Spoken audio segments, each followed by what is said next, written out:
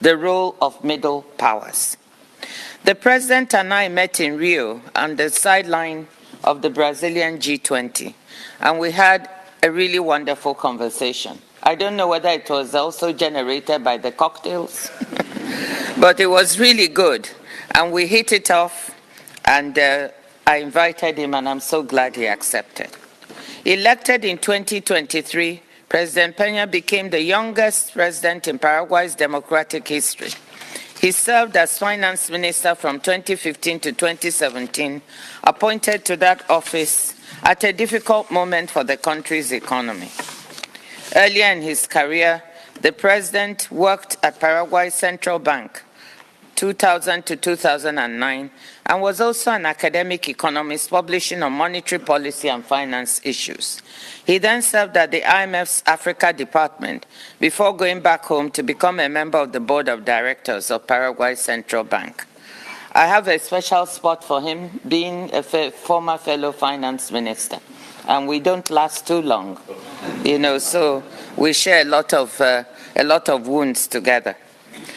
The president holds a master's in public administration from Columbia University School of International and Public Affairs, CIPA, and he did his undergraduate work in economics at the Catholic University of Nuestra Señora de la Asunción.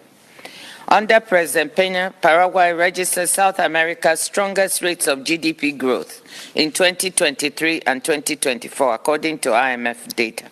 And the outlook for this year is positive as well. Like many middle powers, the country's economy is strongly tied to the global economy. Its trade to GDP ratio in 2023 was 83%. Last July, the rating agency Moody's rated Paraguay's sovereign debt as investment grade for the first time, an objective sought by the president, paving the way for lower borrowing costs and meeting a target he had set for the government. A landlocked developing economy, Paraguay faces challenges familiar to many WTO members, as was illustrated during its last trade policy review last November.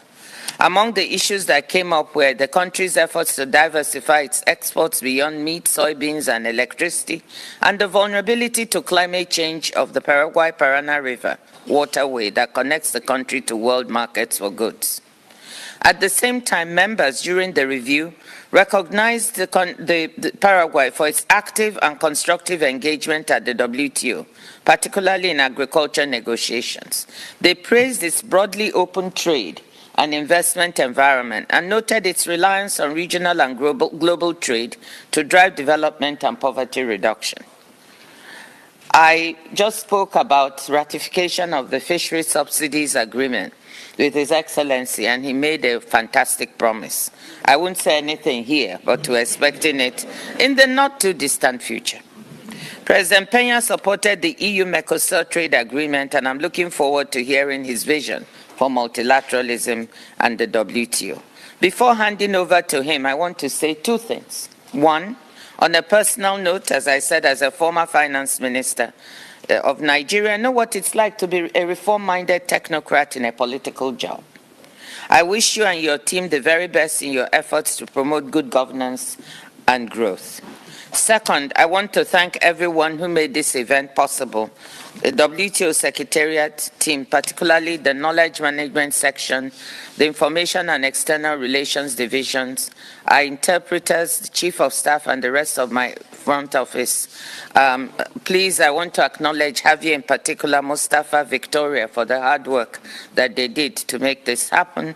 And I end by thanking Ambassador Tan Hun Seng of Singapore, who will be moderating the fireside chat after the lecture. With that, Excellency, the floor is yours. Muchas gracias.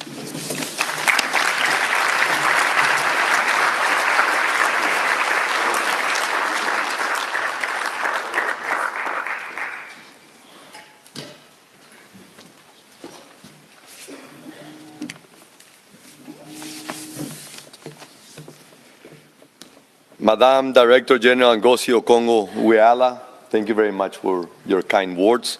Ambassador Tan Hun Seng, distinguished permanent representative, esteemed guests. It is a great privilege and honor to address you here today to present Paraguay's perspective on the importance of multilateralism and the vital role of middle powers in sustaining the multilateral trading system during these very challenging times. So let me begin by saying two simple but very heartfelt words. Thank you. Thank you for inviting me. Thank you for giving my country, Paraguay, the opportunity to appear before this great organization. And thank you in advance for your patience in bearing with me this morning. Of course, I will not say anything surprising if I tell you that the world is today facing unprecedented challenges. Environmental crisis, economic uncertainties, volatile and unstable politics, and technological disruptions are rife and will all test our collective resilience. The old certainties that the word of the post-war consensus and even our conventional wisdom appear to be shambles. We live in a world in which the only certainty is uncertainty. And as the great Spanish philosopher Ortega y Gasset liked to repeat, there is no more terrible and distressing human feeling than the feeling of uncertainty. However, I am convinced that it is precisely during these difficult times, such as these, that multilateral institutions, and in particular this one, the WTO, have the unique opportunity not only to show the world their crucial importance, but to justify their existence. In other words, to prove that the creation of the international organization, which seeks to put order into chaos in the world of commerce, was not only a very sound decision, but a brilliant and an endurable insight. Something, my friends, which I'm convinced is absolutely true. The WTO has been, is, and will be a great idea. Allow me to share a perspective from a distinctive and particular point of view.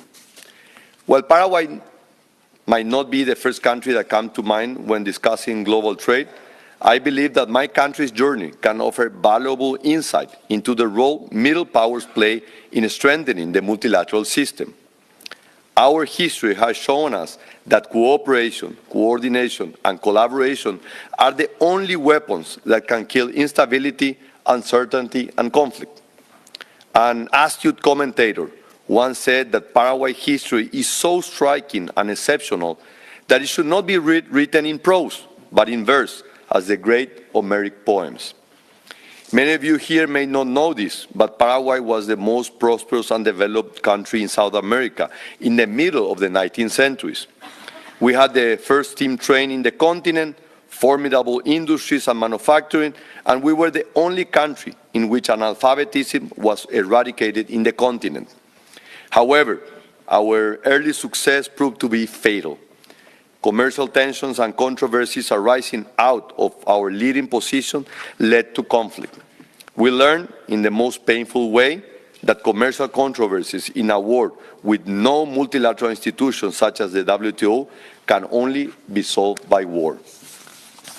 Our giant and powerful neighbors, Brazil and Argentina, united together with Uruguay, signed a secret treaty, the Treaty of the Triple Alliance, or of the triple infamy, as the Argentinian jurist Alberdi, censoring his own government, famously called it. Also drafted in euphemistic terms, the real object of the treaty was the total extermination of the Paraguayan people and our elimination as a country, due in part to those economic and commercial tensions. The consequences of the war were truly disastrous for my country. Nearly 90%, 90, of Paraguay's male population was killed. 2/3 of its population was either decimated or made prisoner. We lost 60% of our territory. Our industry and commerce were destroyed, and our development halted for over a century. Just when we were beginning to stand up again, the hammer of Mars fell again, and we had the painful 3-year Chaco War with Bolivia in the 1930s. The aftermath of this war, in turn, heralded the reign of strong men as Paraguay lived under military dictatorship until 1989. During much of that time, Paraguay became an island surrounded by land, as the great Paraguayan writer Augusto Roa Basto called, avoiding conflict but paying the heavy price of disconnection from the world, including economic isolation. Finally, in 1989, the longest democratic experiment in our history began.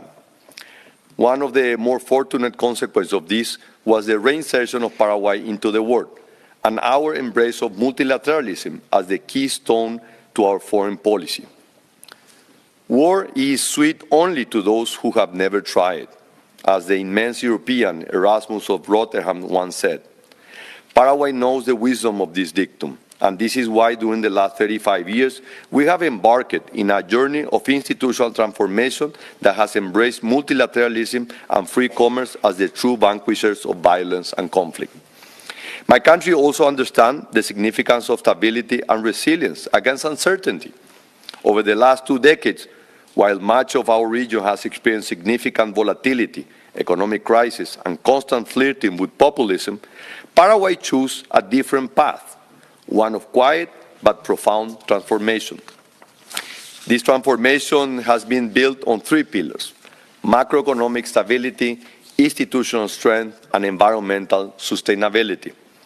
We have been the highest growing economy in the past years in the continent and are said to be one of the best performers in Latin America in 2025.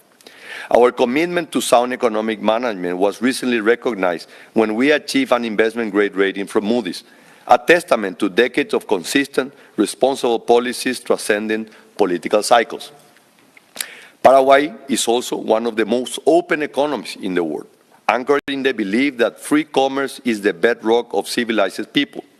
In fact, we are the second most open economy in Latin America, with no significant restrictions on trade, a simple tax system, and a markedly pro-business stance. As a landlocked country and primarily agricultural exporter, producing food for 10 times our population, we have no other alternative. It is very difficult to emphasize and highlight the great handicap that being landlocked entails.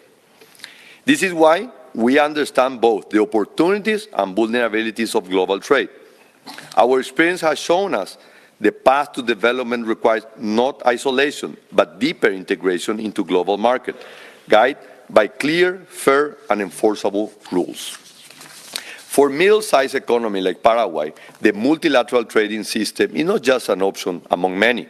It is simply essential for our development and prosperity. This is why I believe that any crisis of multilateralism can only be solved with one thing: more multilateralism. Thus, I'm convinced that the WTO truly plays a crucial role in our world, assuring peaceful alternative to conflict by enabling free commerce and making our people prosperous.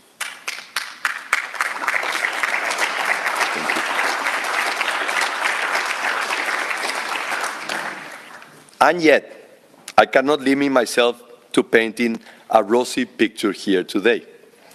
The situation of the world today, and the WTO in particular, requires honest and open discussion.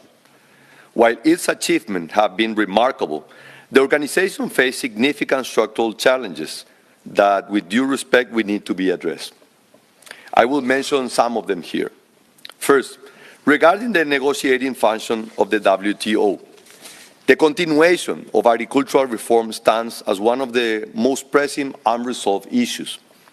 The promise of substantial reduction in support and protection made the developing countries during the Uruguay round remains largely unfulfilled. Agricultural markets remain among the most distorted in global trade. What is allowed in agriculture and supported by many members was deemed so detrimental to trade that this very organization banned it from non-agricultural goods. Moreover, those deadly enemies of free trade and fairness, the agricultural subsidies, have not only not been eliminated, but are thriving again. I cannot emphasize here how much this hurt countries like Paraguay, who are doing their homework and yet must face these unjust travesties of free commerce. Of course, subsidies are not limited to agriculture, since some great powers extend them to whole industries, which leave absolutely no chance to smaller economies such as Paraguay. Subsidies are the mortal enemies of free trade, my friends. They are simply unfair, and they offend any sense of justice in trade. I beseech you here today, let us put an end to this practice. For our part, Paraguay has consistently advocated for progress in agricultural negotiations, particularly concerning market access improvement and the reduction of subsidies that distort production and trade. Agriculture is not just a source of revenue for us. It is the backbone of our economy and a means for livelihood for many Paraguayans. While multilateralism remains our primary goal, we appreciate progress made through joint statement initiatives, which have brought new dynamism to the organization. Paraguay actively participates in this initiative, including services domestic regulations, investment facilitation for development, and electronic commerce. While maintaining our commitment to multilateral outcomes, we recognize the value of this initiative in advancing the system. Secondly, concerning dispute settlement, this is another disfiguring blemish in the current system, and once again, smaller countries are the main victims of its failure. The system is simply not working, and thus countries take unilateral measures without consideration of the consequences. Obviously, more developed countries are benefited by this, to the detriment of developing nations. The current impasse in the appellate body represents a fundamental change to the system's credibility. The dispute settlement mechanism initially was one of the most promising tools of the WTO, providing access to an impartial and binding mechanism for resolving conflicts, irrespective of member size or relative powers. This is what made the WTO different from other international organizations, enforceable rules. However, without an effective mechanism for resolving conflicts, the system falls into the might make right logic. Under this principle, convincing members to negotiate new rules becomes senseless when existing ones cannot be enforced. And if rules cannot be enforced, well, the system loses virtues and attractiveness. Paraguay, along with other members, has consistently called for the immediate resolution of the appellate body impasse. We recently missed the deadline for a fully functioning dispute settlement system by 2024. So I urge you today, dear members, to work together to restore and relaunch this essential pillar of our organization. Thirdly, regarding the matter of monitoring and transparency, while the organization faces various challenges, it is important to recognize that the monitoring function of the WTO continues to thrive. This is often an overlooked area of work, but one that is vital for members, particularly developing ones. The regular committees serve a crucial dual purpose. They constitute a forum for transparency and effective implementation of WTO agreements, while also providing an opportunity to address trade concerns on an equal standard basis. The transparency obligations provide invaluable commercial intelligence that allow members, especially those with relatively smaller diplomatic presence globally, to become acquainted with upcoming regulations and address potential trade concerns before they affect exports. Despite our size, Paraguay has been an active participant in this monitoring function, demonstrating that middle and small countries can be key players and have their position heard through cooperation and alliance building. This aspect of the WTO work deserves more recognition for its role in facilitating trade and preventing disputes. Fourthly, regarding sustainability and resource management. As the world faces increasing environmental pressure and extreme weather events, the WTO must play a constructive role in supporting sustainable practice while preventing protectionism disguised as an environmental measure. Paraguay brings unique credentials to this discussion. Our energy matrix is 100% renewable thanks to our hydroelectric capacity. We maintain 40% of our forest coverage, and our agricultural sector employs some of the most sustainable practices in the world. For instance, 97% of our soya production occurs on land that hasn't been deforested since 2005, and almost all cultivation use direct seeding techniques, which are recognized globally for soil conservation. We actively participate in various international initiatives focused on sustainable development and resource management. Our recent co-authorship of the Ministerial Declaration on environmental challenges, supported by over 60 developing members, demonstrate how middle powers can build bridges and foster collaboration based on shared interests rather than imposed measures. Finally, there is that most basic and yet fundamental matter of justice and equality in international trade. The current rules of the system are in many cases biased or beneficial to the most developing economies, who can negotiate better conditions and then dress their protectionism measures under the environmental or sanitary barriers. A striking, yet by no means isolated instance, is Resolution 1115 of the European Union, which is so disadvantaged to countries such as Paraguay. Earlier, I said that difficult times give institutions such as the WTO the opportunity to justify themselves.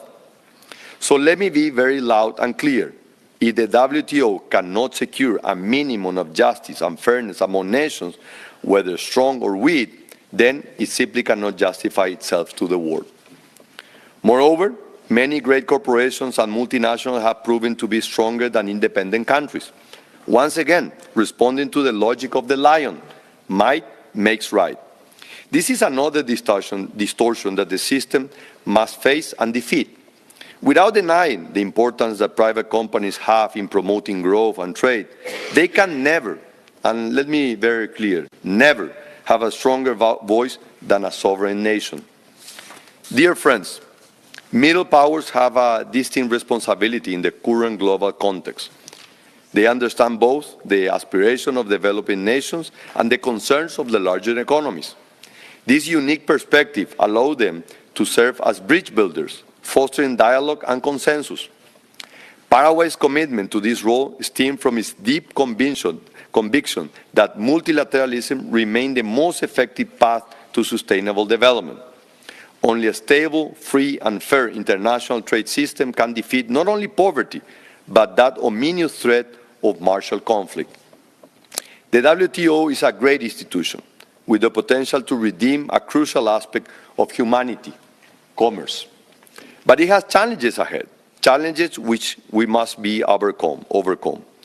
So I urge you to look together to a better and brighter future in which the WTO makes changes. We need meaningful progress on agricultural reform to achieve less distorted market and enhance food security. We must restore a fully functioning dispute settlement system accessible to all members. We must ensure that environmental measures enhance rather than hinder international trade. We must secure justice, fairness, and equality as the most fundamental principle of international commerce. And remember, any crisis of multilateralism can only be solved with more multilateralism. Paraguay stands ready to play its part. We offer our experience as a country which has seen the horrible effects of war in a world with no multilateralism, and that has constructed a stable democracy with consistent economic policies, with a unique perspective as a bridge between different levels of development. So let me close on a high note. I believe in the WTO. I believe in the WTO great achievement of the past. I believe in WTO present fight for equality in commerce. And more importantly, I believe in WTO futures, which I'm certain will be a great one. And finally, and this is more on a personal note, I want to thank you, Dr. Ngozi, because your leadership in leading this institution has not only given a word for the development world, but for many nations that we have been working. I know you for many years. I saw your career at the World Bank, and now I see your leadership here at the WTO. And please count with Paraguay to be someone on the table and trying to bring other countries to the table to work on a greater, more stronger WTO. Thank you very much.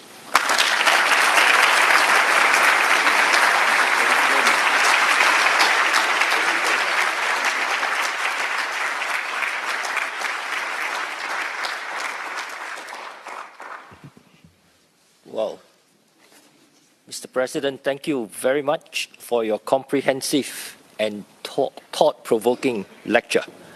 It was impressive both in terms of breadth and depth. And thank you also for sharing with us the unique lived experience of Paraguay. As a small country, trade dependent like Paraguay, your messages really resonated with me. Mr. President, if you allow me, I would like to pick up some of the key points that you have highlighted and get the ball rolling by posing a couple of questions for you.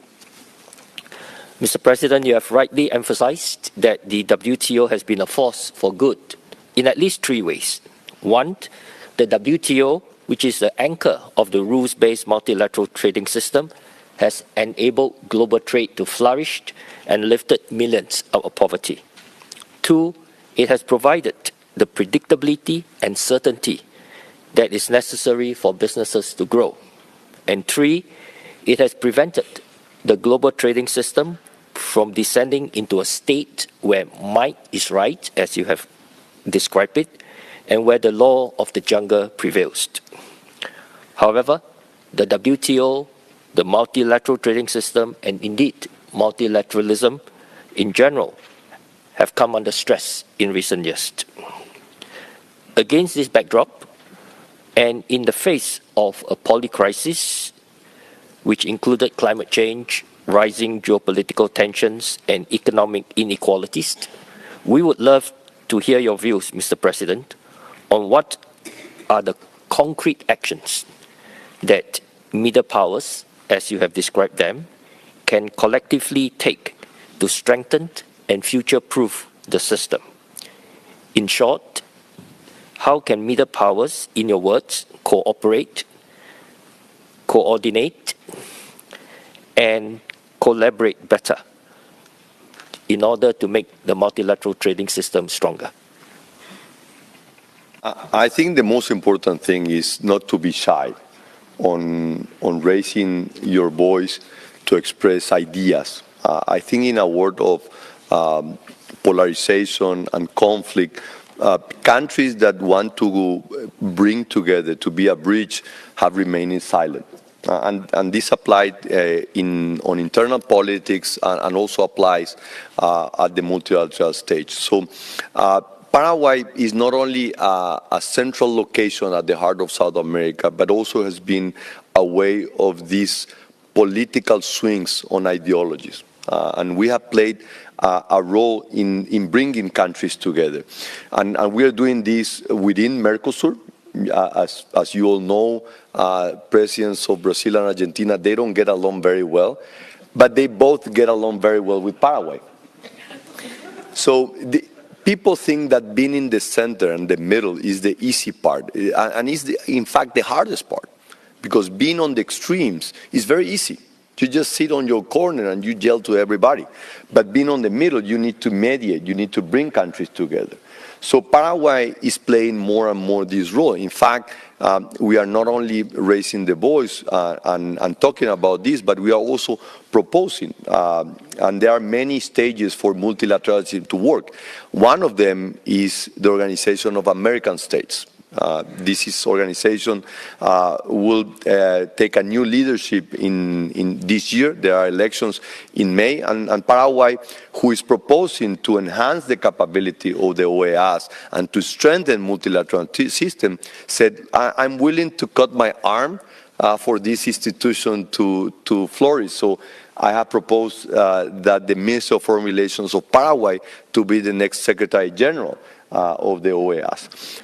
We are working with the IMF. Paraguay is probably one of the few countries that is not a problem in terms of macro stability.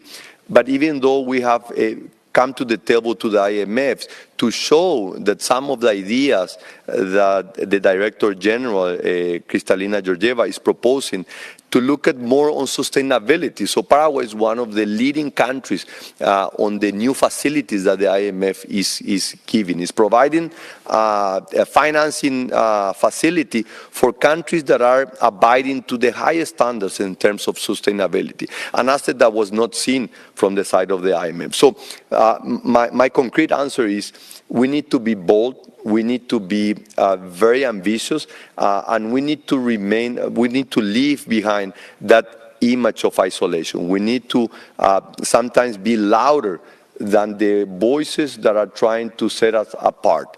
And we need to be louder for those two that we want to bring us together. So, and this plays at the different roles. And personally, myself, being a civil servant my entire career, and now being president of Paraguay, is a great opportunity to engage at the very, very high level. In my region, but also beyond my region. I had the opportunity for the first time in the history of my country that we were invited for the G20. And it was a great opportunity for G20 countries to hear from a middle power to talk about things that are very important to us, that sometimes they are not on the table of a typical G20 meeting. So, of course, these support the argument of multilateralism, the role of the WTO, the role of the IMF, the World Bank, and all the multilateral systems. So I think that we need to raise the voice and we need to encourage other countries who are doing the right thing, but they are doing silently, to be more outspoken and to reach other countries. Thank you very much, Mr. President, for your very practical, concrete advice. I can share your sentiments about small countries being squeezed on both sides. Yeah. But you have made the important point that middle powers must need to act as bridge builders. We must show thought leadership, and we must be bold. I would now like to ask Dr. Ngozi whether you have anything to add. I'm sure you do. Well, I want to thank the President. Not very much. I do share the point that if you look at middle powers, you see that for most of them, their trade to GDP ratio is quite high. Ranging anywhere from 30 to 40% to 300% in the case of Singapore. So they really depend very strongly on the system. And I love this issue of speak up more. But like you said, Mr. President, they don't speak up. I also think they need to get together more. Yes. And join their voices together. In this fora, WTO provides one fora where I think middle powers, they know themselves, can come together and speak with one voice and say, look, this really matters for us. Therefore, we need to advance, we need to progress on certain issues. So that's what I want to add. The mechanisms for middle powers to talk to each other more and then lift up their voices collectively. I think that would be very important. Thank you very much, Dr. Ngozi. Can I just pick up a little bit on what you have said, Mr. President, about middle powers? And you have said that there is a tendency for middle powers to face pressure on both sides, being squeezed from both ends. What advice would you have for middle powers who some, as Dr. Ngozi has said, may feel afraid to speak up for fear of being squeezed from both sides? What concrete advice would you like to share? In the case of Paraguay, which we have remained mostly isolated for many decades, is we need to understand that in any negotiation it's not what you want, but what you can achieve. And try to also understand the other side of the table, what is their view. So we need to understand that it's in our best interest not only to understand our strengths, but also understand what are the pressures on the other sides. I give you a concrete example. The case of Brazil. Brazil is our largest trading partner, a very important country for Paraguay. We trade almost 60% of all the trade with Brazil, but Brazil is a continent. We cannot think that Brazil will think the same way as Paraguay thinks. We need to understand their way of thinking. Of course, we have the aim to develop the nation, to create jobs, and that's exactly the same thing that they want. So my development cannot come at the expense of their development. We need to find a win-win situation. And we are the ones who need to do most of the heavy load in understanding how to find these solutions. So we have been very successful in finding those areas of common interest, and Paraguay has benefited a lot. Brazil, in recent years, have become the largest foreign direct investor in Paraguay. Brazil does a lot of trade with many countries around the world, and as they continue to expand their export, they are also expanding their imports. And many of those imports, they cannot produce it in Brazil, they cannot compete. But if a Brazilian company can produce in Paraguay at a more competitive prices and just very short distance, is more efficient. One of the strengths of Paraguay is that we are faster, we are agile, we have lowered many of the barriers that many countries have. We don't protect any particular sectors, and we try to give a level playing field for everybody. And these have yielded great results. We have the largest hydroelectric dam in the world is a shared company between Paraguay and Brazil. They have the incentive always to keep price of energy very low. Since we are exporting 80% of electricity, we have the incentive to try to find a balance between price and the level of investment that we need to do. And we were able to find that. But our strategy has been always to understand also what is their strategy and understand. The same applies on our relation with the U.S., which is our second largest trading partner. We always claim that Paraguay is probably one of the best friends that the U.S. has in Latin America, but we have one problem. We are not a problem. And most of the time, large countries only pay attention to travel countries. So we have been changing this dynamic, and we are trying also to have a different approach. It's not only what we go to a negotiation to ask, but what is that we are also bringing to the table. In fact, Paraguay is probably one of the few countries in the world that doesn't have a trade surplus with the U.S. We have a trade deficit with them. So I think that the most important thing is trying to understand, because all the countries are looking for the same objective. We want to develop our country. We want to give answers to the increasing demands from the population. So we need to find those mutual interests. And of course, going back to the initial argument, the importance of multilateralism. This also brings common sense to the table, and not only a tip-for-tack negotiation, something that is beneficial to the entire world. Thank you very much, Mr. President. Fantastic answer. The emphasis is that we must strive for win-win outcomes. As middle powers, we need to have a greater sense of empathy. Yes. We must understand what the other side, especially the bigger side, wants. And we must be able to bring value add to the table. Thank you very much, Mr. President. Mr. President, for my second question, allow me to move from 25,000 feet to 5,000 feet and ask more specifically about the long-standing agriculture negotiations, which you have described as one of the WTO's most pressing unresolved issues. As an overwhelmingly agricultural exporting country that produces food for 10 times its population, it is understandable that Paraguay has been very active in the agriculture negotiations. Hence, I'm sure the audience will be very interested to hear your assessment of one, what you see as the future of the agricultural negotiations, and two, what concrete steps should members take to deliver a meaningful outcome at MC14? I'm an optimistic by nature. Even if you show me a glass of water with very little water, I will tell you that it's half full.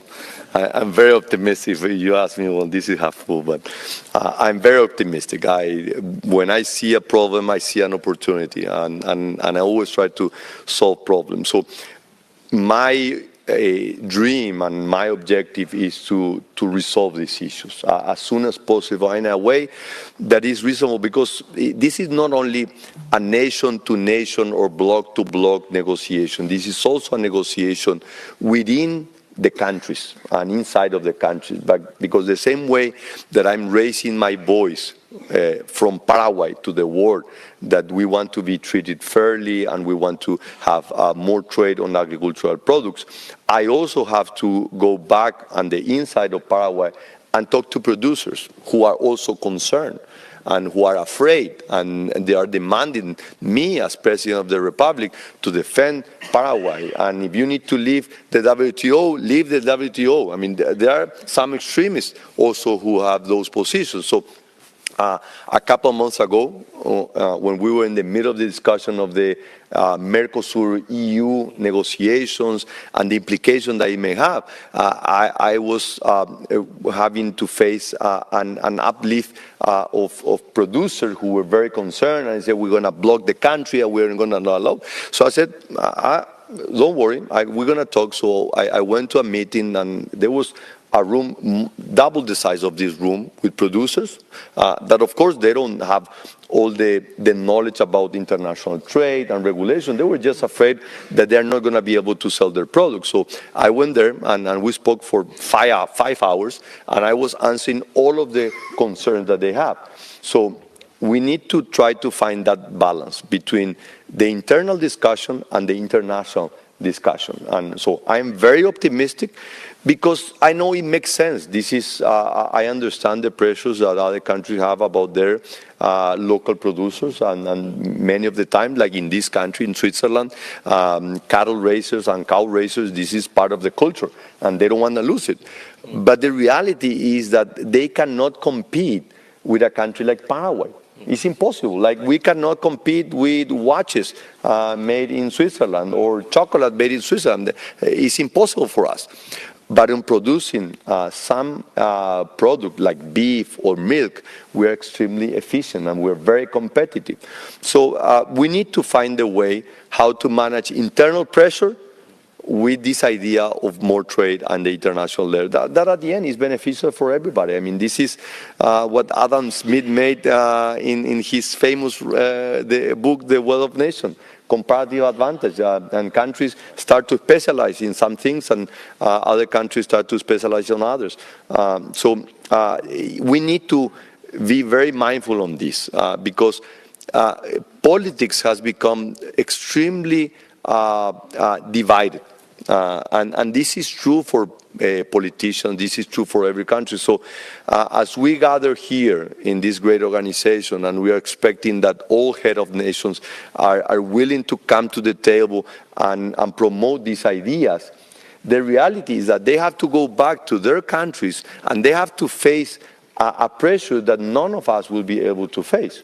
Right? So managing those expectations from the population is very important, and it requires a lot of commitment, common sense, and at the end is institutional building.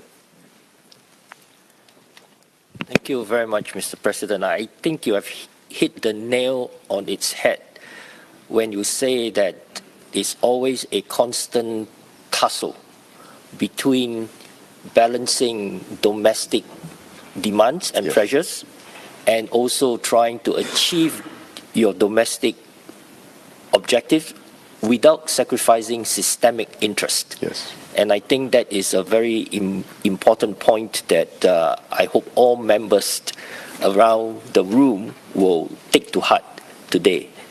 Dr. Ngozi, we would love to hear your take, especially about leaving the WTO. Well, you know, I'm very naughty. Sometimes when I hear that, if it's causing a problem, Paraguay has not really at the WTO, at least whilst you're fierce in agriculture. I see that the attitude you've adopted, you said something very important, and that's your attitude. We can't get all we want. Yes. We will negotiate for something we can live with. And it is really a very important principle. That's what I'd like to stress. That, of course, agriculture is so important domestically in each and every country, and we understand that. But I think you did something. You went out, you sat with the farmers for 5 hours. You also told me earlier you travel around the country to various parts, sitting with communities to explain to them about the CBAM and other instruments and to help allay their fears and tell them, don't worry, we'll find a way. And then to let them know that they have to live with other nations within the international community. I think what we need here is more of this give and take. I can't get everything I want, but let me take something I can live with and also explain to my constituencies that there are other considerations and other powers and other countries and other members to deal with.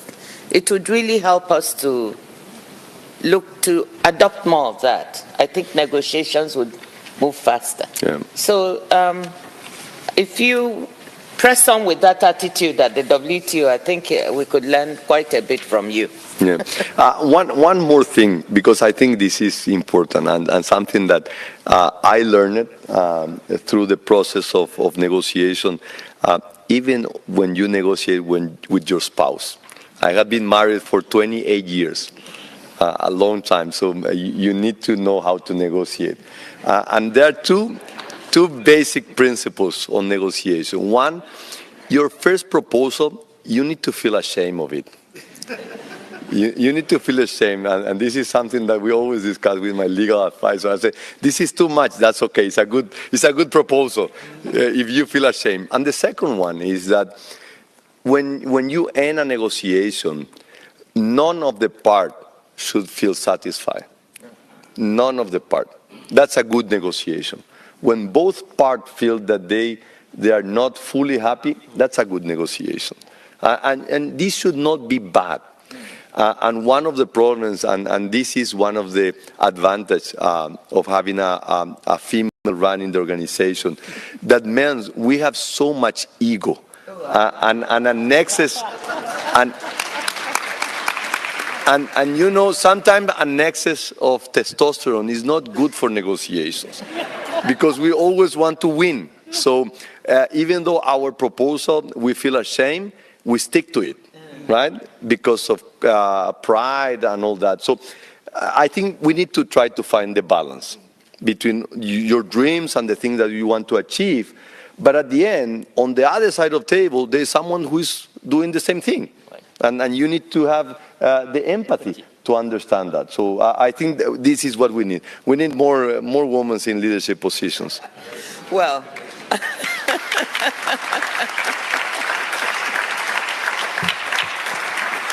well, you can understand how I started to love this president and said, after talking to him on the sidelines of G20, I said he has to come. I've been married for 45 years, and I totally agree with you on that. I wanted to add something, that countries also have egos.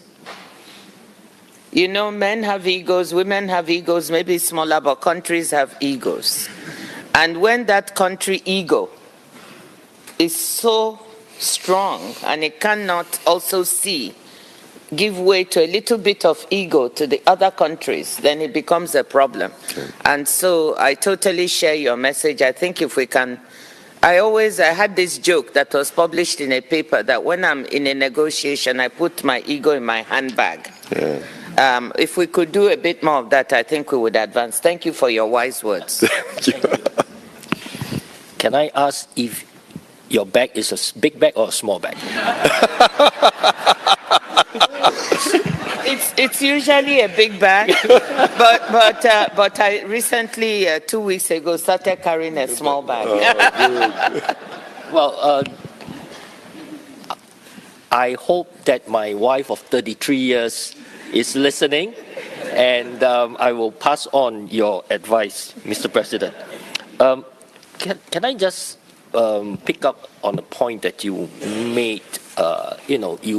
You said that you spent 5 hours talking to a room full of producers, yes, farmers.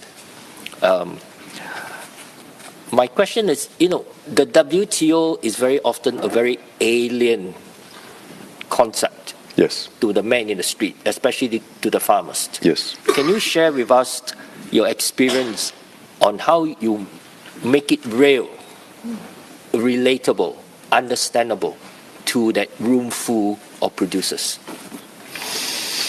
I think the most important thing that we need to create is trust.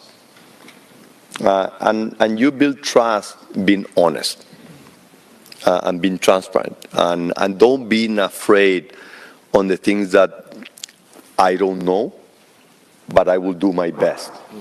And I think this also applies to the multilateral system. We need that the multilateral system is trusted. We need to have that. And again, I have to acknowledge that for developed nations, less developed nations, having someone who comes from a country like Nigeria, that even though it's a very large and very advanced, it will rely much more to countries that are less developed. And this creates trust. I trust on the capacity of Dr. Ngozi to lead this organization. I trust on the work that Ajay Banga is doing at the World Bank. I trust on the work that Kristolina Georgieva is doing at the IMF. So this is a process that is building with a lot of hard work, and it requires a lot of patience, and nobody's going to give you for granted. You need to earn it. You need to own it. I ran for president the first time in 2017. I was only 36 years old. I was Minister of Finance, and I thought that as Minister of Finance, I was the Lion King in the jungle. I was able to do all the good things, but I realized that if you really want to make substantial change, you need to be elected official, because this is the way that people give you the power to do the real changes. And I have this, and this is very important. It was very important for me, and I think it's important for the challenge that we go ahead. It doesn't matter how much you know, it's how much you are able to convince others of the good things that you think that you know. So and of course, my experience as a teacher and working in academia, it gives you a good handicap in talking to people, in explaining to people, and having the patience to understand that on the other side of the table is going to be someone that probably doesn't have your experience, that have your formation, but you need to build the trust and the confidence that even though he knows that you don't know all the answers, you're going to do your hardest to protect them and to help them go through. So I think this is the most important thing, is build trust and confidence. Thank you very much, Mr. President, for your very candid sharing that trust is paramount, and it's not how much we know, but how much we can convince others. I'm aware of the time running out on us, so I would now like to open the floor and invite questions from the audience. You would be happy to know that the President had earlier indicated to me that he looks forward to answering some difficult questions. So I hope we'll be able to hear some tough questions from the floor. I see some hands. Yes, can I have the ambassador over there? Thank you very much. I am ambassador of Slovenia. Buenos días, estimado presidente Peña, señora directora general, queridos colegas. Bienvenido a Ginebra. Voy a hablar en inglés. Thank you, first of all, for mentioning the strong support for women in leadership positions. That is really something that my country is also a very, very strong believer in. You have served in many positions throughout your illustrious career, among others as an academic. You taught international economics.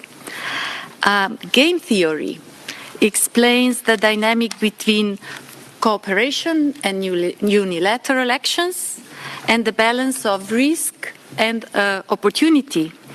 What do you recommend to us here at the WTO, as membership of the WTO, in current geopolitical climate, in order to ensure that cooperation remains the first best approach for all. Muchísimas gracias y mejores deseos para usted y su país. Thank you very much. I will suggest that the WTO takes a bolder and a louder position. And I think that you are in a particular interesting times. I think that the current leadership, having a woman with all the experience that Dr. Ngozi have, is fundamental. But of course, she represents the organization. She needs to have the backing of all members of the organization. I have no doubt that she is a great communicator. She has the capacity to bring world leaders to the table. I think that she has built that trust and confidence. But the organization as an international body needs the support and is shaped by all of its membership. So I am encouraging other countries to come to the table. If they have concerns, if they don't like the outcomes, they will be better off coming to the table, sitting and explaining their position than giving their back. Because the representation at the top of the WTO, it represents the organization of all of the countries. So I will strongly suggest that we bring the WTO to the front of the discussion, and for that you need to raise your voice, and you have to be very loud and very clear, and to explain the things that are working and be very clear the things that are not working without naming and shaming any country. We don't need to do that. If you want to make a strong argument, you don't need to criticize a country, but you can advocate for the right causes and the principles and the values that we want to promote. I mean, that was the origin of the multilateral system. It was not against something, it was to promote the good things. So my word of advice and experience is we don't need to be shy anymore. I think that we have remained shy for many years. We have remained silent for people that was yelling at us, sometimes bullying at us, and we need to fight for the right causes. Thank you, Mr. President. Dr. Ngozi, would you like to add something? No. I think that's it. Thank you. I would also... The man in the back, that was the first one. Okay, the gentleman over there. But can I just ask you to identify yourself before you pose your question? Thank you. Thank you. I'm ambassador from Colombia. I will speak in Spanish. Great. Please.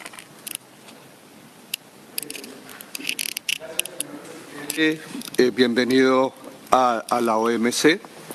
Usted ha dicho cosas muy importantes frente a las temáticas que discutimos diariamente aquí en la OMC. Ha hablado de los temas importantes de la agricultura, las subvenciones, el sistema de solución de diferencias, la gestión sostenible y la justicia y la igualdad en el comercio internacional. Y ha dicho algo muy importante, no ser tímidos y elevar la voz. En razón de eso, quisiera preguntarle sus recomendaciones y sus reflexiones alrededor de cuando se utilizan los aranceles como castigo comercial y se alteran las normas de la Organización Mundial del Comercio. Sería muy importante para nosotros conocer sus opiniones en ese sentido. Gracias, presidente. Muchas gracias, embajador. Le voy a responder en español también. Primero que nada, reconocer a Colombia como una nación que en el momento más difícil de nuestra existencia, al final de la guerra de 1870, aprobó una ley en el Congreso de Colombia diciendo que ningún paraguayo sería un paria y que el momento de pisar suelo colombiano adquiriría todos los privilegios de un ciudadano colombiano, y eso a nosotros nos une un sentido de gratitud y de cariño con Colombia que nunca se va a olvidar, así que muchísimas gracias.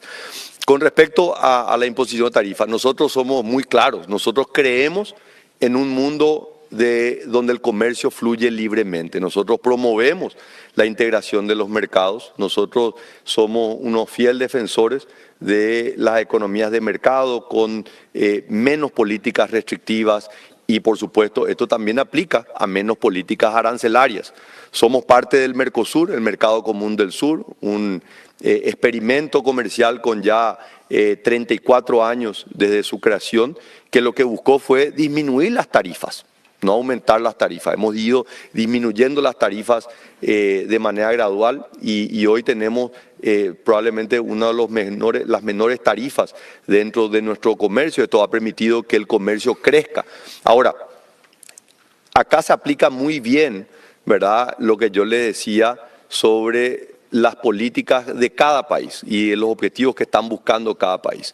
Podemos de manera global proponer que haya cada vez menos tarifas o condenar a los países que quieren aplicar esas tarifas, pero también tenemos que entender desde la óptica de esos países. Y el caso específico estoy seguro que se aplica a la política que hoy la administración del presidente Trump está implementando desde Estados Unidos, no solamente con países latinoamericanos, sino con todos los países del mundo, donde ellos dicen, después de haber propuesto, el libre comercio, el ingreso de China a la Organización Mundial de Comercio, la disminución de tarifas, nosotros sentimos como pueblo americano de que estamos perdiendo la batalla comercial, que estamos siendo perjudicados, para lo cual ahora vamos a tener una política más restrictiva sobre el comercio, imponiendo tarifas a algunos países. Creo que podemos, obviamente, de nuestra lógica condenar esto, pero ahí es donde tenemos que tratar de entender de dónde están viniendo estas políticas de estos países, ¿verdad? Las restricciones no son solamente arancelarias, porque acá estamos hablando sobre las tarifas, pero hay muchos problemas con barreras no arancelarias que le siguen haciendo un daño tremendo y que muchas veces no las hablamos. Y Paraguay sufre de eso también. Nosotros capaz que no podemos reclamar los aranceles dentro del Mercosur, pero sí reclamamos todavía barreras no arancelarias que son impuestas sobre países pequeños.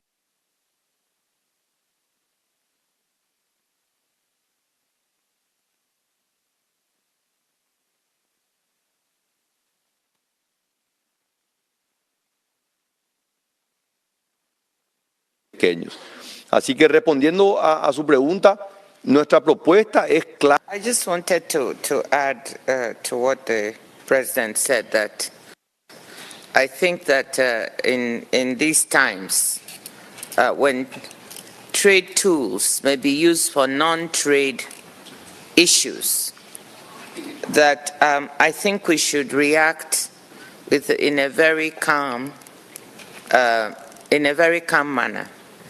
That does not take away from the pride that the country has in itself. I think being calm and deliberate leads us to think of multiple approaches to solving the problem. And I suggest that we try those approaches, and Colombia just recently did. More dialogue, try to go use channels for dialogue. In certain cases, and sometimes it does succeed. So that is let's calm prevail. Let's not get too excited. My famous words, let's chill first, and then we can look at how to act. And that may lead us to good solutions. I want to also commend Colombia, because I think just now we had a win-win approach to the issue of immigration. Colombia won and United States won. And if we can generate win-win outcomes, Colombia brought its citizens back in a humane and decent manner, which is what the president's objective was. I saw pictures of them smiling on the presidential plane and the other planes that were sent. So obviously he scored good points with his citizens, and so did President Trump. So let's look for win-win outcomes. Thank you. Thank you very much. I have 5 requests from the floor, and they are from my friend, the ambassador of Saudi Arabia, Sakar, and then my friend from Honduras, Dacio, then the ambassador of Philippines, Malaysia, and then Colin. So we'll go in that order. We have, and then I see another hand, Nigeria. We have only about 12 minutes left, so please keep your question concise so that we could hear the responses of the President. So the floor is yours, Sakar. Thank you, and Ambassador Tan. And first, I would like to thank His Excellency President Santiago Pena for his very wise advice to this House at this uncertain times.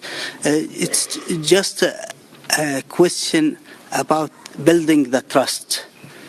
Also, how can the chairpersons, the facilitators of the negotiations, gain the trust of the entire membership during the negotiations? So I leave this for you. Thank you, Excellency. Thank you. I just maybe collect all the yes, questions. that was what I was thinking of. So, Dacio.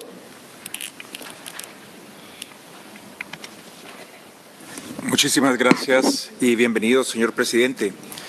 Gracias por su ponencia y permítame felicitarlo por la alta representación que usted tiene en esta casa, dirigida a través del embajador Raúl Cano. Como latinoamericanos nos sentimos muy orgullosos de tener este nivel. Presidente, en los contextos de los cambios geopolíticos y las nuevas administraciones en economías claves, ¿cómo planea su gobierno posicionar al Paraguay estratégicamente en el comercio global? ¿Y qué considera usted que se debería hacer en esta organización desde un punto de vista de reforma para poder enfrentar todos estos nuevos desafíos y traer estas nuevas administraciones a la mesa de negociación? Gracias, presidente. Thank you, Dacio. I next give the floor to Manuel, Philippines, and then Malaysia, again Colin, and Nigeria, in that order. Bienvenido, señor presidente. For the Philippines, the question I have is that, indeed, as you mentioned, the multilateral trading system and free trade is indeed the way to go, more multilateralism. However, you also forewarn us of success, the dangers of success. So the multilateral trading system has helped improve living standards across the globe. And indeed, some countries have been quite successful. As you said, China has been quite successful, and this has led to geopolitical tensions. As Paraguay was successful, which led to hot war, that is one of the greatest risks we face today, is hot war.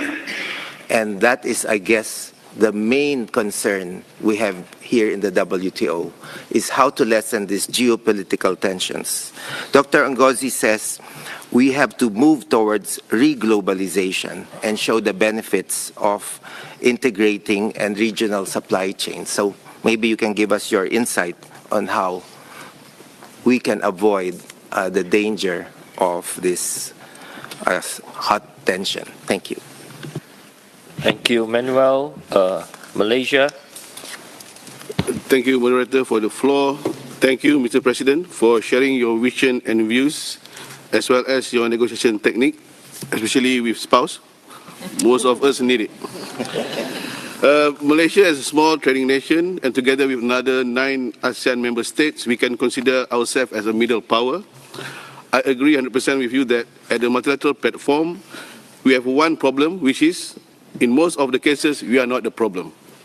So, other than to speak more and to speak louder, what can be done by middle powers to ensure the main players take our views seriously at multilateral platform? Any bold advice and suggestion is highly appreciated. Thank you. Thank Thank you, Sharia, Colin, and then Adamu. Thank you, Mr. President. I really learned a lot from your presentation. Give the floor to Colin first. Thank you so much, and thank you, President Peña, for coming to WTO today and leading us in this very rich discussion. I wanted to ask about the adequacy of development finance and trade finance in the Latin American and Caribbean region. We have the IMF, we have the World Bank, we have Caribbean Development Bank, Inter-American Development Bank. You have described Paraguay as a middle country. I myself come from a small country, a very small country actually. And we believe that the finance available for trade, especially trade in services, is not adequate to the needs of the region. And in fact, most of our regional financial institutions are too small to meet the trade and development needs of the region. Your views? Thank you. And the last question from Adamu. Thank you, Mr. President. My name is Ambassador Adamu Mohammed Abdul Hamid, Ambassador of Nigeria to the WTO. I learned a lot from your presentation as well as the question and answer sessions. Mr. President, apart from the usual traditional issues that have been discussed or negotiated in the WTO, which of course you have mentioned some of them, agriculture, technical barriers to trade and others, some of us feel that we are in the 21st century and there is the need to update the rule book in the WTO. What is your advice to some who still don't believe that other new issues could be multilateralized in the WTO, something like e-commerce, investment facilitation for development, and then small and medium enterprises? Because there is the need for the global community to understand that we are in the 21st century and new issues unveil, and then we have future, and the future is a digital trade. So what is your view, Your Excellency? Thank you. Thank you. So, Mr. President, you have a rich array of questions ranging from geopolitical tensions to digital trade to trade finance. So the floor is yours. Can I steal an additional 5 minutes of your time so Sure, that we could absolutely hear all your responses? Thank you. I will add this part of my surplus. On the first one, how to build trust. I think the most important thing is to be patient, to have to believe in the process.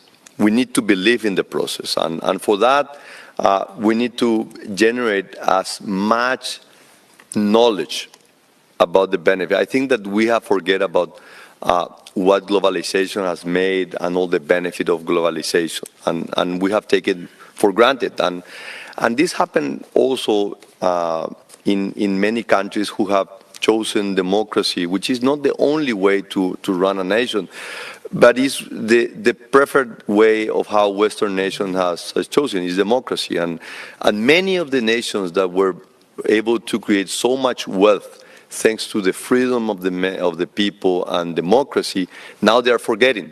So it's our responsibility to show the benefit of it. And I always mention the example of Paraguay. 35 years of dictatorship versus 35 years of democracy. And you can measure the difference and the impact and how we were able to make the economy grow, how we were making it to lower social indicators, poverty, extreme poverty, illiteracy, access to health system. I mean, there are so many clear indications that in the case of Paraguay at least, democracy delivered much better results. So we need to not take it for granted, but show in the numbers. And I think the same we need to do for global trade. I think that we need to show that we're going to have better outcomes on this. So I think in the building the trust, we need to come to the table not only convince ourselves, but how can we are able to convince others with strong arguments and evidence that this is the right way to do. the representative of Guatemala, y le voy a responder en español también, en base a su pregunta. Honduras, de hermanos vecinos, Honduras. Paraguay, en mi opinión, es el secreto mejor guardado. Yo creo que Paraguay es una gema escondida que nosotros los paraguayos por mucho tiempo la quisimos esconder. Entonces nuestra estrategia es salir a mostrarla, es salir a hablar de nuestras fortalezas, también de las debilidades que tenemos, porque tenemos todavía muchas debilidades, tenemos un largo camino por delante para hacer del Paraguay una nación próspera y desarrollada. Mi objetivo de corto plazo es que Paraguay sea un miembro pleno de la OCDE, de la OSD. Creemos que eso va a ser un paso muy importante. Y por supuesto, esto no viene si no es gracias al proceso de cambios y de reformas. Y estamos haciendo muchas reformas. Y creo que este es el camino también que tenemos que llevar para las instituciones multilaterales y los cambios que necesitan las organizaciones multilaterales. Las mejoras no van a venir de la noche a la mañana, vienen como consecuencia de los cambios que tenemos que proponer. Y ahí donde Paraguay quiere ser parte de esos cambios, quiere proponer de manera positiva los cambios que necesitan estas organizaciones. On the third question, on how to avoid geopolitical tensions, we need more women coming to the negotiation table. Absolutely. I will encourage Dr. Ngozi to be louder. She's already loud, but to be louder. And I see that there is a group of at the very high level of leadership, and I will put also Kristalina Georgieva, from an institution that I know very well, which is the IMF, which was very shy. The IMF was very shy and a very opaque institution. Nobody was, they were all afraid about the IMF. And she has changed this view. It's not that the previous leadership was not doing this, because Madame Lagarde was also doing that. In fact, for us economists, it was like it was very hard to swallow that for the first time we had a non-economist running the IMF. She's a lawyer, a very good one, and she was very good in outreaching and getting closer to the world stage. So I think that for the leadership that really and truly believe on this, we need to encourage them. We need to encourage leadership in a positive way to convince others and try to bring egos down and to put on the back and try to achieve a much better outcome. I have no doubt that we need to leave behind that image of being shy and thinking, oh, I'm doing my part here in my corner, I don't need to bother others. No, we need to be very bold, we need to be outspoken and to raise our voice. I think it was the gentleman of Malaysia who was also thinking the same way as Paraguay, as a middle nation. I think that there is a challenge for us, for middle nations or middle powers. We need to team up. We need to group together. There is no group for middle nations that are able to play this bridge. We are trying to play this bridge independently and in solitary. And I think that if we were able to group together a group of 20 middle nations that are not a problem, maybe we can call the no trouble countries group. We are not in trouble, but we suffer from the trouble of large nations or from the difficulties of small nations. So I think that we need to think of it that we have more power than the ones that we think we have. And there's so much more that we could do and to bring to the table. So definitely, and maybe the WTO can be one of these scenarios and for us, so middle nations can team up together and work to bridge between smaller nations and larger nations.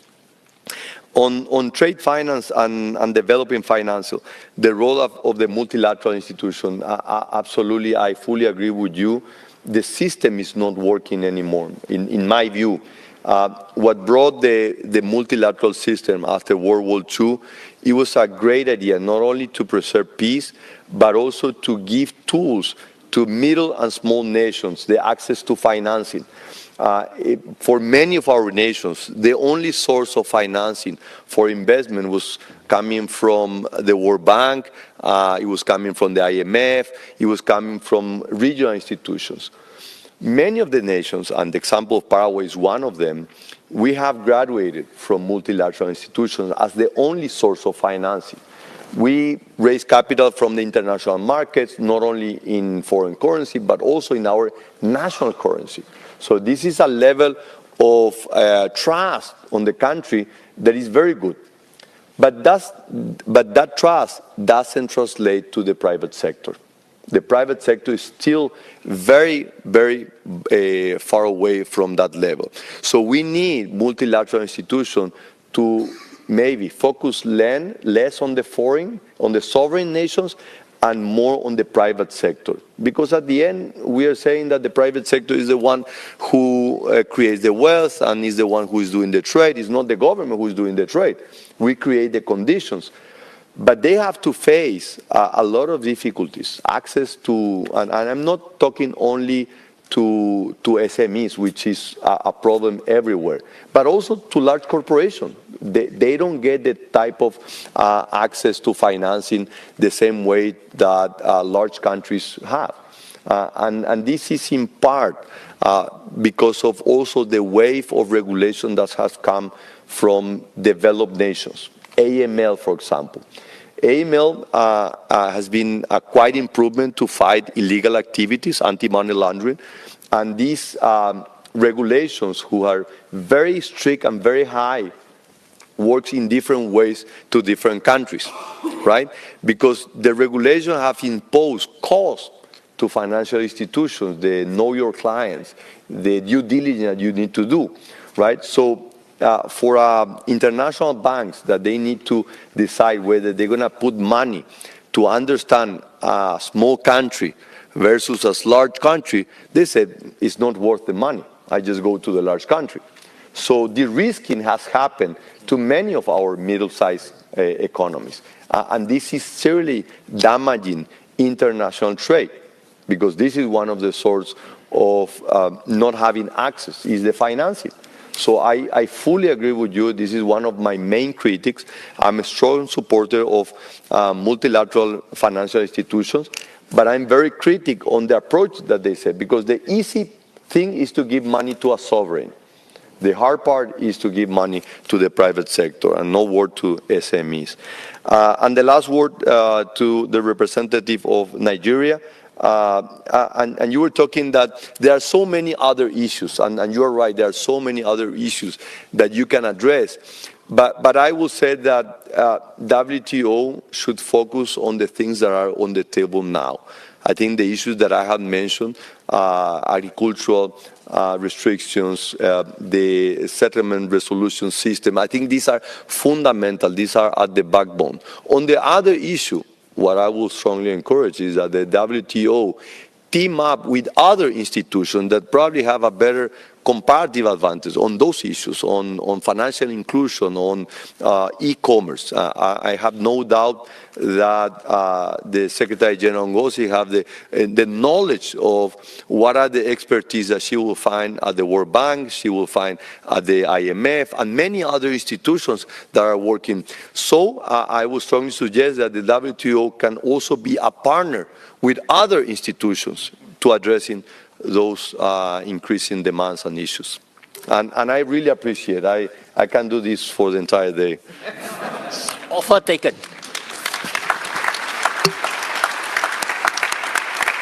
Thank you very much. Thank you. Mr. President, but after 33 years of marriage, I have learned that I must always give the last word to the woman on the stage. Dr. Ngozi, do you have any last words that you would like to share with us?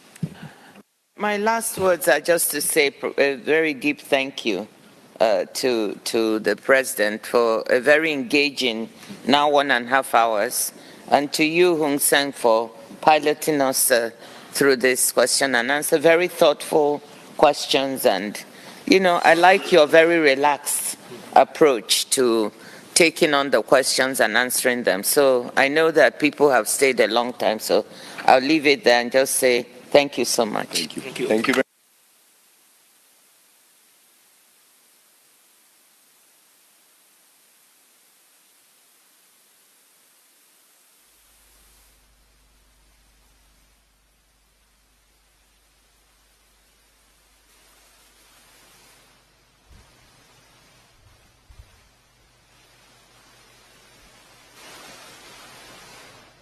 Bueno, culminó de esta manera esta ponencia, la presencia del presidente de la República, Santiago Peña, en este conversatorio culminó ante de la esta Organización manera. Mundial de Comercio en Ginebra, Suiza. Sí. Bueno, para ir reiterando nada más algunas cuestiones, ¿verdad? Que hacen, por ejemplo, a la directora general de la Organización Mundial de Comercio, OMC, la doctora Ngozi Okonjo-Iweala, y fue reelecta por un segundo mandato de 4 años que comenzará el 1 de septiembre del 2025. Es la primera mujer y la primera persona de origen africano en ocupar este cargo. Ella es de Nigeria, específicamente, ¿verdad? Y se destaca también la presencia del presidente ante los representantes de la Organización Mundial de Comercio. 166 países participantes, y es la primera vez que un presidente latinoamericano expone, digamos, ante esta organización. Así que es relevante por donde se lo mire, por sobre todo el presidente compartiendo también, digamos, el proceso de crecimiento de nuestra economía. Hay que creer en el proceso, decía el presidente Santiago Peña, y por sobre todo apostando siempre a la integración regional. Paraguay es una gema escondida, decía, entre otras cosas, en sus intervenciones. Cuando lo hizo en español, al menos, tenemos todavía muchas debilidades, pero se está trabajando en eso. Estamos haciendo muchas reformas y las mejoras vendrán de los cambios que propongamos, que realicemos, decía, entre otras cosas, haciendo un resumen. Y a modo de reitero, de repaso nada más, la Organización Mundial de Comercio, la OMC, es la única organización internacional que se ocupa de las normas que rigen el comercio entre los países. Los pilares sobre los que descansan son los acuerdos de la OMC, que han sido negociados y firmados por la mayoría de los países que participan en el comercio mundial y ratificados por sus respectivos parlamentos. El objetivo es garantizar que los intercambios comerciales se realicen de la forma más fluida, previsible y libre posible. La OMC tiene diversas funciones, administra un sistema mundial de normas comerciales, funciona como foro para la negociación de acuerdos comerciales, se ocupa de la solución de las diferencias comerciales entre sus miembros y atiende a las necesidades de los países en desarrollo. Esto a modo de repaso, de reitero nada más de lo que es la OMC. Bueno, señor, y ya arrancamos en esta parte final de Duplex Nacional con una entrevista y saludamos al doctor Miguel Ferreira, director del Hospital Nacional de Itaú. ¿Qué tal, doctor? ¿Cómo estás? Buen día, Maísma. Hola, doctor Miguel Ferreira. ¿Lo escucho, doctor? Bueno, ¿se cortó? Bueno. ¿O está? Ahí está, doctor, ¿no escuchan? Bueno, no está. Bueno, vamos a retomar el contacto, la comunicación para ampliar detalles de lo que es este importante lote de insumos y medicamentos que recibió el hospital, a ver en qué consiste, cuánto implica esto en materia de costo, y ver un poquito de paso como estamos haciendo antes en contactos anteriores, digo, Jesse, a ver cómo siguen las obras, las obras de refacción y demás en diferentes dependencias del Hospital Nacional de Itagua, precisamente. Una vez que retomemos ahí el contacto con el doctor, vamos a ampliar esta información. Hoy es día día de feria también. Día de feria, sí. Sí. Hoy están en Lambaré. Century Plaza Century Lambaré. Plaza, Lambaré. Ya continúa el calendario, ya establecido también para lo que es este año. Y reiterar en ese sentido que también seremos sede nuevamente en un momento del año, en algún momento. APE llegó y cota la feria. Acá seremos locales, seremos los anfitriones, con todo gusto. Hay Ahí que para reiterar recibir a la también que gente. hoy culmina la veda pesquera Con el aguas Brasil. compartidas con Brasil y ahí Ujú. se regulariza todo lo relacionado a las actividades de veda. Pesquera, sí. Sí, señor. Sí, con Habría la... que ver también, entre otros temas, Ale, Ujú. el proceso de becas de gobierno, cómo sigue, porque el 29 cerró el proceso de reclamos y Sí. en febrero el INE arranca con la visita socioeconómica, evaluación socioeconómica. Sí, creo que hoy en ese aspecto, Jessica, publican la La lista lista final. final. La lista final luego ya pasa a cargo del INE para justamente esta verificación Socioeconómica. socioeconómica, que en la práctica no es otra cosa sino ir a verificar in situ el estado, la condición, la situación de cada estudiante, y como para con eso entonces poder cerrar ya, iniciar este año mismo la carrera por la que uno optó, que uno eligió y para lo cual se ganó el derecho a través de estas becas. Reiterar otra información importante, mi querida Jessica, esto ayer hablábamos con la gente de Dinavisa, porque la Dirección Nacional de Vigilancia Sanitaria intervino una panadería en Asunción por operar sin registro y disponer sus productos en condiciones insalubres. Panadería clausurada temporalmente por las autoridades sanitarias tras descubrir que no cumplía la ley 836/80 del Código Sanitario, es decir, operaba sin registro. Y bueno, ¿qué trajo consigo esto? Descubrir la insalubridad y también que los personales ahí no son aptos o no recibieron la capacitación para la manipulación respectiva de los alimentos. Es decir, que uno estaba consumiendo algo que no sabía lo que era en la práctica. Bueno, doctor Miguel Ferreira, director del Hospital Nacional de Itagua. ¿Cómo está, doctor? ¿Nos escucha ahora? Buen día, ¿cómo estamos? Buen día a la mesa y a la audiencia. A la puerta. Y por ahí tenéis, amigo, vaya para doctor. Por un pequeño problemita, como siempre, a veces que estuve con mi vehículo, pero normal, ¿o Por eso... Por ser viernes, o probáis mini paciencia por ser viernes. Exactamente. Bueno, doctor, para compartir con la audiencia esta buena información, Hospital Nacional de Itagua recibe importante lote de insumos y medicamentos. Todo lo que sean estos elementos importantes e indispensables viene bien o por ahí lleva, doctor. Sí, estamos muy contentos y muy felices, muy agradecido con la ministra de Salud, la doctora María Teresa Aram, que nos ayudó a gestionar y a conseguir lo más rápido posible con respecto a los reactivos que estábamos necesitando para el laboratorio. Y ayer a la tarde, a la mañana, perdón, recibimos un lote muy importante, por un costo muy importante, para que podamos brindar todas las necesidades con respecto a los análisis clínicos que solicitan los colegas para los pacientes de distintas enfermedades. Así que estamos muy contentos, muy felices. Pero la respuesta en el paciente, o de campaña, en interior, y a veces cuando sea de madrugada, un día antes ya hubo capaz la voto papaitea cuando lore copaitero hogar. ¿Para pacientes oncológicos específicamente, doctor, o qué grupo de pacientes? No, para todos. Para pacientes oncológicos, pacientes que tengan problemas hormonales, distintos tipos de análisis laboratoriales que en general son muy, pero muy costosos en el sector privado. Y acá el paciente no gasta absolutamente nada, costo cero.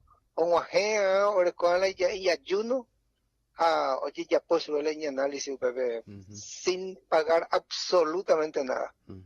¿A cuánto asciende, estiman, la inversión por este lote de insumos, doctor? Sí, más de 3.000 millones de guaraníes recibimos ahora de reactivos para laboratorio. ¿Y ¿Qué cuánto? tal? Sí. Ay, Menes, está la demanda ahí, doctor. ¿Y para cuánto tiempo estiman les va a alcanzar esto? Y esto nosotros calculamos nos va a alcanzar 3 a 4 meses, de acuerdo a la... Orero Yapó más o menos para 1.000 personas por día la laboratorio de análisis. 1.000 personas promedio, un poco menos, un poco más. Pero en las determinaciones, ¿qué quiere decir eso? A veces para una persona se le pide 8 o 10 cosas. Y esas determinaciones hacemos un promedio de 10.000 por día. 10.000 determinaciones por día. Cada persona a veces tiene 8, 10, 12, 14 pedidos de